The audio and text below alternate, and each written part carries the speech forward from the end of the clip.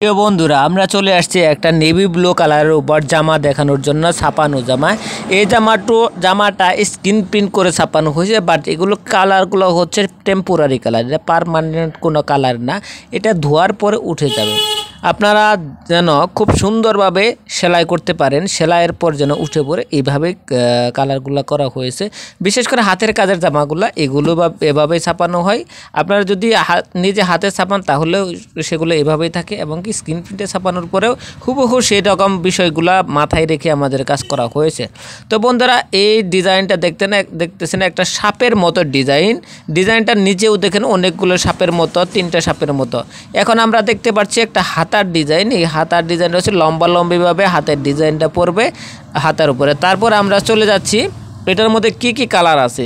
আমরা প্রথমে দেখতে পাচ্ছি একটা হচ্ছে কড়া বাঙ্গি কালারের পরে চলে আসছে লাইট পেস্ট কালার, একদম জিরো কালার পেস্ট, যেটা কালারটাকে অনেক সুন্দর দেখা যায়। তারপরে চলে আসছে